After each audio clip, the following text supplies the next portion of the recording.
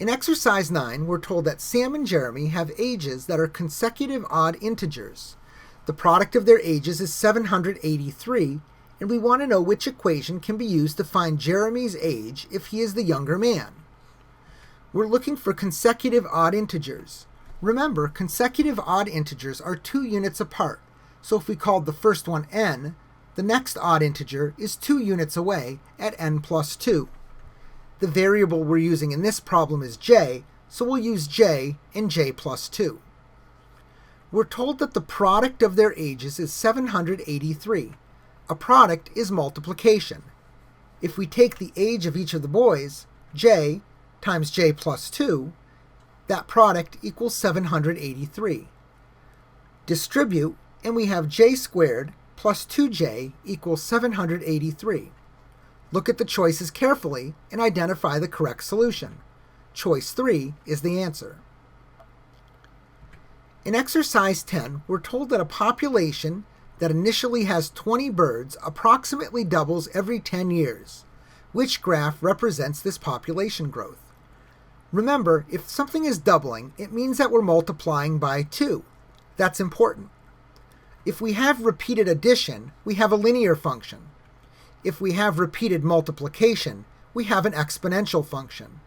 Because we're multiplying by 2, we have an exponential function.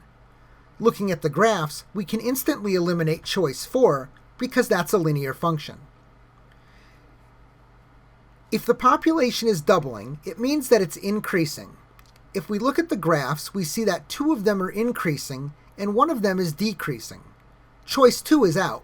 The population is increasing, and so it can't possibly be choice 2. Next, we're told that the initial value was 20 birds. That's the y-intercept. Look at choice 1 and choice 3 carefully. Which one has an initial value, or a y-intercept of 20? Choice 3 does, and so choice 3 is our answer. In exercise 11, we're told that we have a function, f of x equals 2x minus 4, and it's defined over the domain with x being between 2 and 6 inclusive. Let's look at a graph. Here's the graph of the function f of x equals 2x minus 4. They say that the domain is from 2 to 6, and so we're interested in x values starting at 2 and ending at 6. What is the range? Range is the outputs, low to high. If we look at the region in the red box, that's the domain from 2 to 6, notice the lowest y value, the lowest output, is 0, and the highest output is 8. That means that our range is from 0 to 8. We include 0 and we include 8 because those are the values at x equals 2 and x equals 6, and those x values are included in the domain. So the range is from 0 to 8. We can write that either using inequalities or using interval notation. Choice 1 is the answer. Another way we could do this is we could look at a table of values. If we put the function f of x equals 2x minus 4 in the graphing calculator, and we go where x is 2 and where x is 6, we see that the lowest y value is 0, and the highest y value is 8. The other y values between there all fall between 0 and 8. And so once again, we can conclude that the range is from 0 to 8. Again, choice 1. In exercise 12, we're asked which situation could be modeled using a linear function. It's important that we know the kinds of things that are linear and the kinds of things that behave in an exponential manner. Choice 1 talks about the value of an account increasing at a rate of 5% annually. If something increases at a percentage rate over and over and over, we have exponential growth. So choice 1 is exponential. Option 2 talks about the population of bacteria doubling every 4.5 hours. If something doubles, we're multiplying by 2, multiplying over and over and over. When we multiply, that's exponential, and so choice 2 is represented by an exponential function. In choice 3, we're told that the cost of a cell phone service that charges a base amount plus 20 cents per minute is another option. We have a base amount plus 20 cents for each minute. That's repeated addition. When we add repeatedly, we have a linear function. Choice 3 is linear. Option 4 says the concentration of medicine in a person's body decays by a factor of 1/3 every hour. If it decays by a factor of 1/3, it means that we're multiplying by 1/3 repeatedly. Repeated multiplication is an exponential function. Which situation can be modeled by using a linear function? Choice 3, the cost of the cell phone service. Problem 13 asks which graph shows a line where each value of y is 3 more than half of x, and we're given 4 graphs to choose from. There's a couple of different ways we could approach this. The first is to think algebraically. Y is 3 more than half of x. We can write an equation where y equals 1/2 x plus 3, half of x plus 3 more. Which graph matches this? We have a slope of 1/2 and a y-intercept of 3. Look at the graphs carefully, and we see that choice 2 has a y-intercept of 3 and a slope of positive 1/2. Choice 2 is our answer. Another way we could do this is we could create a table of values where each y value is 3 more than half of x. Pick a variety of numbers for x to be. Since we're going to take half of it, let's make them even numbers. We'll pick some positive numbers, 0, and we'll put a negative number in 2 to see what happens. If we take each number and we cut it in half and we add 3, we get corresponding y values. Look at the graphs and identify which one matches the table. We notice that the points given are found on graph 2, and so again, choice 2 is the answer.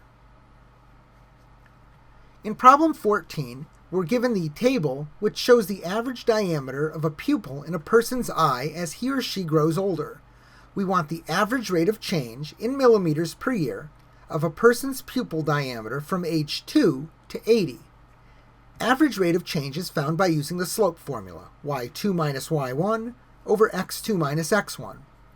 We want the average rate of change from a person aged 20 to a person aged 80.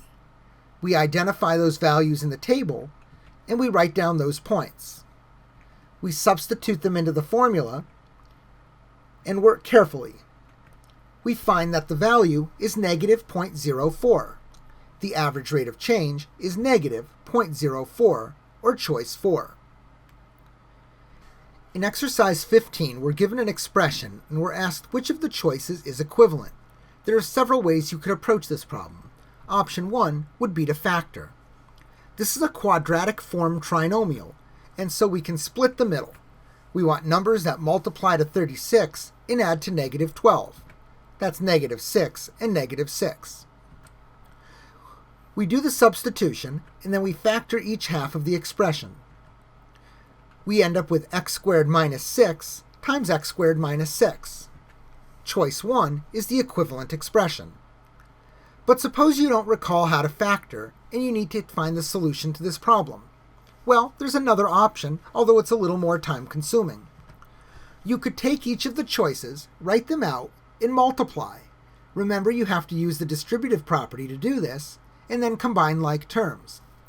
When we multiply them out, we find that choice 1 is x to the 4th minus 12x squared plus 36, which matches the original trinomial that was given. And so again, choice 1 is our answer. There's one more way we could approach this. We could set each one y equals, and then look at the graph and the table to determine which one was the same. If we look at the table for y equals x to the 4th minus 12x squared plus 36, and then we look at a table of values for each of the choices, we notice that the table given in choice number 1 matches the table from the original. That means that the two expressions are equivalent. And so choice 1 is once again the answer. In problem 16, we have an arithmetic sequence.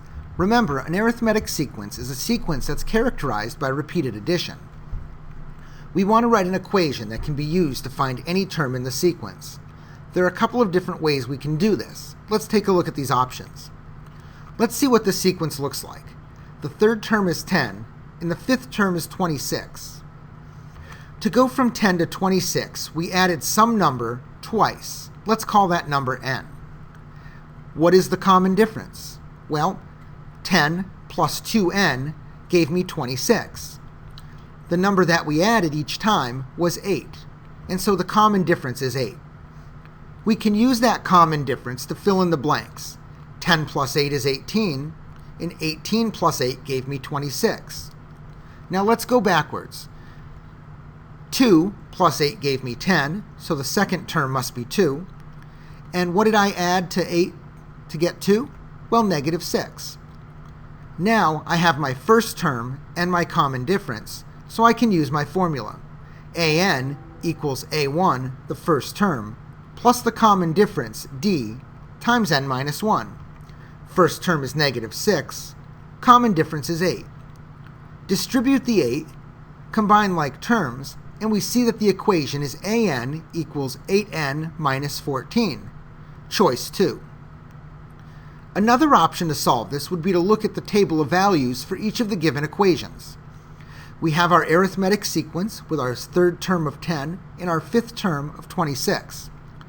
Take each of those equations, put them in your graphing calculator, and look at the table of values. Which one has a third term of 10 and a fifth term of 26? On close inspection of the tables, I see that the table for choice number 2 is the one that has those terms. And in fact, I recognize the first term, second term, and fourth term from the work I did earlier. So the answer is choice 2.